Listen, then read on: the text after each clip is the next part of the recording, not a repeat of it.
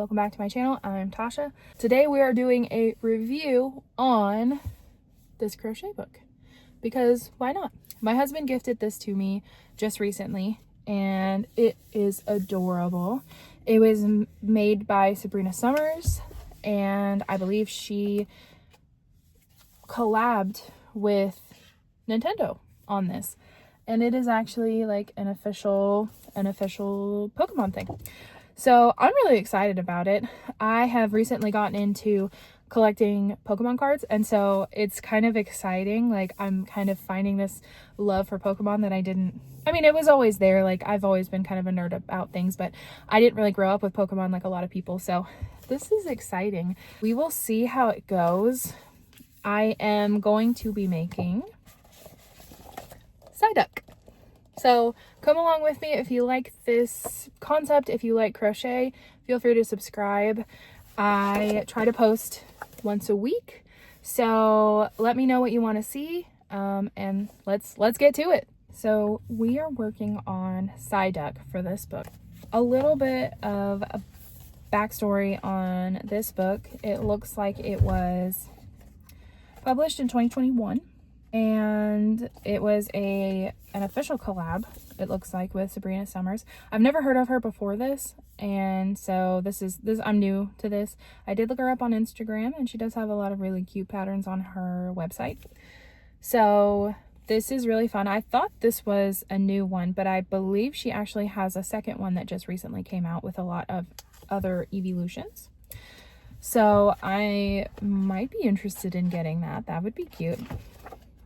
But it looks like the Pokemon that are in this book are Gengar, Jigglypuff, Wobbuffet, Snorlax, Pichu, Charmander, Dragonite, Eevee, Flareon, Meowth, Pikachu, Psyduck, Squirtle, Bulbasaur, Charizard, Jolteon, Lapras, Magikarp, Vaporeon, and Vulpix. So there's a good amount of a selection of this book, a nice selection of patterns. So at this point I will have already mostly created my Psyduck that I worked on, and I really enjoyed it overall. I have some pros and cons of just this one pattern. Now keep in mind the fact that I only worked on Psyduck. I almost did Snorlax, however, I didn't know if I had the right amount of yarn for it, because in these projects I'm trying to use up worsted weight yarn that I have already. And so I found a really cool blue that would work, but I wasn't sure it was going to be enough. So I will have to weigh it, because it does tell you weight wise how much yarn you're going to need for each project. So I'll have to weigh it and see if it's enough, and if it is, I may make a Snorlax because he's one of my favorite Pokemon. But I decided to make Psyduck because it was easy colors to find for me, and also Psyduck is adorable. So in this process of making Psyduck, I noticed a few things about the book, good and bad. I wouldn't say bad, I would just say maybe not my preference necessarily, but it was still like a lot of fun. I just want to preface all of this by saying this is not any sort of critique of the pattern designer or anything like that. I think these are amazing. I think they're really, really cool. It's just my preference, I guess, when it comes to this stuff. So I'm going to start with the cons because I want to end on the positives. So the cons for me in this book, the pattern was a little bit confusing. An example, one of the rounds, like an increase round, the way it was labeled was, I'm just going to pick some random one, 2 single crochet in each third single crochet. That confused me a little bit. I understand why they did it that way. This was to help beginner crocheters, because literally it's saying exactly what you need to do. Now for me, what 2 single crochet in each third single crochet means is 2 single crochet increase. So 2 single crochet, comma, increase, in parentheses, times however many you need to do to finish the row. So that's what I'm used to. And so it was a little bit confusing to me. I had to catch myself quite a bit, and I did mess up quite a bit because I saw third single crochet and I thought 3 single crochets, not 2 single crochets, and then 2 single crochets in the third one. So that was a little bit confusing to me, and that might just be my preference. Maybe other people have heard it listed this way, but for me personally, that was a little bit confusing. Along with the decreases were labeled as decrease over each 7th and 8th single crochet instead of 6 single crochet decrease, parentheses, however many you need to do to finish the row. So the decrease especially was very confusing because I thought what it meant at first was that I had to do 2 decreases. But what it's saying is it's just combining the 2 stitches together in a decrease. So that was a little bit confusing, but I figured it out really easily. There's only a couple times where it really caught me off guard. Now this, again, it's my preference. I was not, and I'm not, a huge fan of using worsted weight in amigurumi. I actually am used to using plush yarns like chenille and thick blanket yarns and stuff like that. And that to me feels a little bit better and a little bit nicer because the project turns out to be bigger when you didn't put as much work into it. And so you can sell bigger products for a little bit cheaper because it just didn't take you as much time. So with something like this, and I'm coming from the point of view of selling my products at markets, and that's just kind of because that's what I do. So in that sense, these are not very good to sell because you're putting a lot of hours into it and you're not really getting a very large product. And of course, I'm going to show you what it's going to look like at the end, don't worry. But that is the one thing. Now, if you're just doing this for like someone who likes Pokemon or for yourself, if you want to make all of them, this is perfect. I think this is great because it doesn't matter how much time you put into it. It's for your collection or for someone else, a gift for someone else. I think that's great for that. But as far as reselling something like this, not as useful because it just takes a long time, and the worsted weight also sometimes hurts my hands because you have to use a really small hook.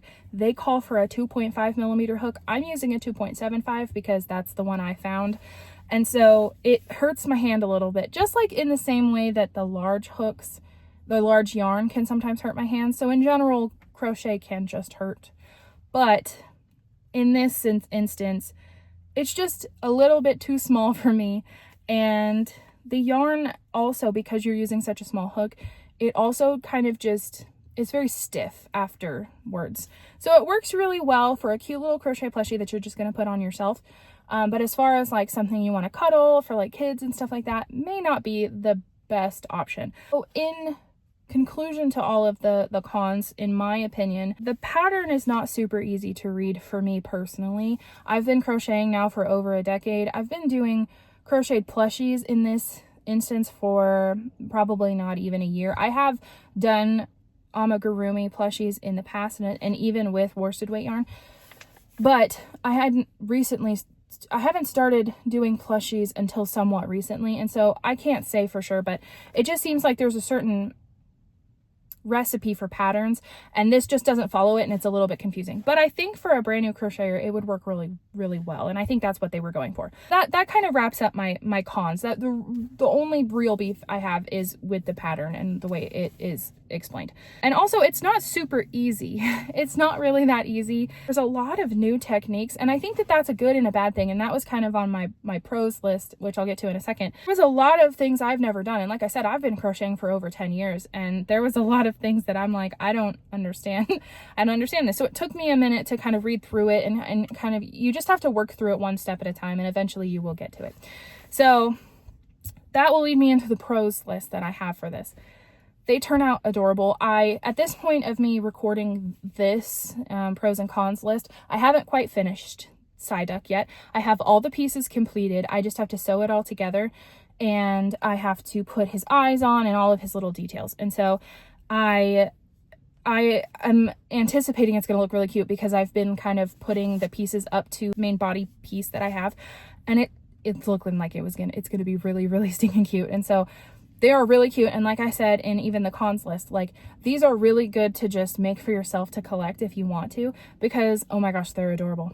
And it goes into my next one. They're like this little perfect size for like I'll have to measure it after I'm done making it, but it's this perfect little like desk size thing, and I'm really excited about it. I'm really excited to have it with me. Like I said in the cons list, I probably won't be selling this because I've put like quite a few hours into it, like probably 2 or 3 at this point. And I don't think that I would be able to get my money back for it for my time. I typically try to pay myself about $20 an hour, and so that would make this little tiny plushie that's not even like 6 inches tall $60, and that just doesn't make sense. But for me also, I just want to keep it because I think it's cute. One of the things that I want to do, and this is also on my pros list, I would love to try one of these patterns, or even the side duck pattern that I just did, in a chenille or a blanket thickness yarn. I want to see how big it ends up being, and so that's one of the things that you could do, is you could change the yarn type and just see what that looks like. So I'm curious to know what it would look like doing it that way. So let me know with the list that I named all of the Pokemon in this book. Let me know if you want to see one of those in a chenille or a blanket yarn, because I would love to do that, and it's going to end up turning out like really huge. And so I really want to give that a go. And so that's the one thing that you could do with it, is you could change the yarn type. And then again, in the cons list, I mentioned that the pattern's a little complicated, but also you learn a lot. You learn a lot of new ways to make things. I think I've been used to, and I've been doing very simplistic amigurumi patterns, mostly for market prep. Of course, I want to try to make as many things as possible in a short amount of time, but also end up being really cute and good quality. And so I typically go for patterns that are going to be a little bit simpler and a little bit quicker. And so these are not simple and these are not quick. And I don't think that that's necessarily, I think that it can be a good and a bad thing. I don't come across patterns like this very often, and I think it's really cool because then I'm learning how to do things that I don't normally do. So that is a pro, in my opinion, is I'm learning new things, and I think it's really cool. Yeah, so that seems to be my list as of right now. So overall, this book is really cool. Of course, I'm making these judgments based on one pattern, so I literally have no idea what the rest of the patterns look like or anything like that. So you'd have to just try it yourself. This is not sponsored, by the way. I probably should have put that way at the beginning. This is not sponsored at all. Like I said, my husband gifted this to me, and so I don't make any money off of it. I will put the link down below to the Amazon listing, but I'm not making any money off of this at all. This is my very honest opinion about this, and yeah, I'm not being paid at all for this. My channel's not even monetized, so I'm not getting paid that way either. So this is genuinely just my honest opinion. So I hope you enjoy it. I will probably come on at the end of this video and show you in real time what my side duck looks like and give you kind of my last thoughts about it.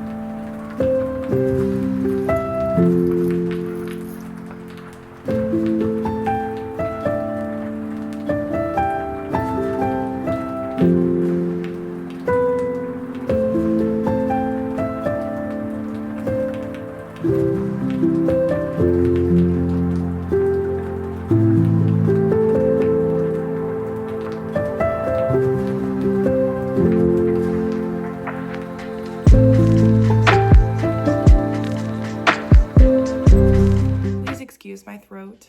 I have a little bit of a sore throat, but I wanted to, I know this is like a completely different place, but I wanted to finish up with the reveal. Life got a little bit busy and I wasn't able to finish it. So we're here and we are going to reveal Side Duck because I finally finished him. I finished him in 3 days and I absolutely love him. He's adorable. So here he is. I still have to kind of glue down his eyes, but there he is.